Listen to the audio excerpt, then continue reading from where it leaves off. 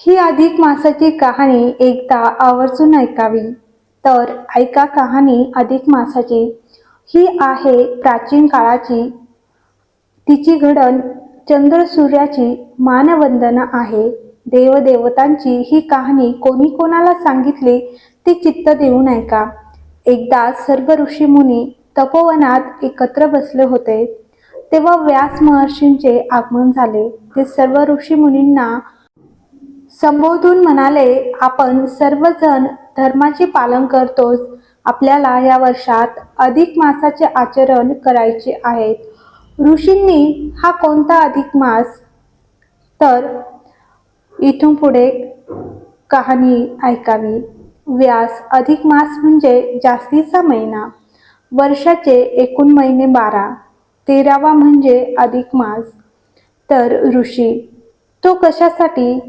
व्यास, चंद्र सूर्याच्या गतीमुळे दरवर्षी 10 दिवसाचा फरक पडतो. 3 वर्षानंतर असा एकूण 1 महिन्याचा फरक पडतो. 1 महिना अधिक धरून कालगणनेचा मेळ बसविला आहे. हाच अधिक मास. याला पुरुषोत्तम मास असेही म्हणतात. आता सांगतो 13वा महिना. 13व्या महिन्याची कहाणी नीट ठेवावी ध्यानी. त्याला मान द्यावा सर्वांनी, सांगितली मला नारद मुनींनी. सारेजण शांत झाले. मन लावून ऐकू लागले. व्यास महर्षी बोलू लागले. तर नारद मुनी भूतलावर फिरत होते. जगातील सुखदुःखाचा आढावा घेत होते. मृत्यूलोकातील माणसं नाना प्रकारचे सुख दुःख भोगत आहेत, पण त्यात सुखी लोकांचं प्रमाण फार कमी आहे. त्याचं काय बरं कारण असावं? तर नारद मुनी विचार करू लागले. विचार करीत करीत ते वैकुंठाला पोहोचले. भगवान विष्णू ध्यानस्थ बसले होते. नारायण नारायण असा बराच जयघोष नारदांनी केला. नंतर नारद मुनी श्री विष्णूस म्हणाले, तुम्ही सर्वश्रेष्ठ देव आहात. पृथ्वीवरील लोकांचे लालन पालन करते आहात.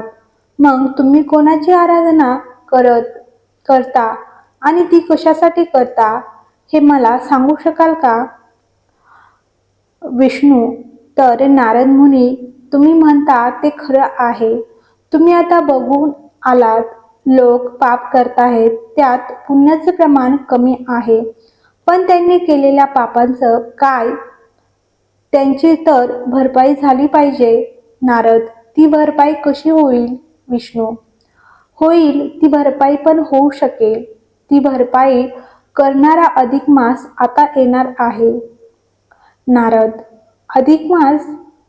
विष्णू, होय, पापाची भरपाई करणारा अधिक मास. या मासाचं आराध्य दैवत श्री पुरुषोत्तम मास आहे. पुरुषोत्तम यांची भक्ती करण्यानं सर्वांना सुख लाभेल आणि तो सुखाचा मार्ग मी दाखवीन. चंद्र सूर्य यांच्या गतीत फरक पडतो. त्यांचा मेळ हा महिना घालतो. दर 3 वर्षांनी तो येतो. महिन्यात सूर्यसंक्रमण नसते, म्हणून ह्या महिन्यास मलमास ही म्हणतात.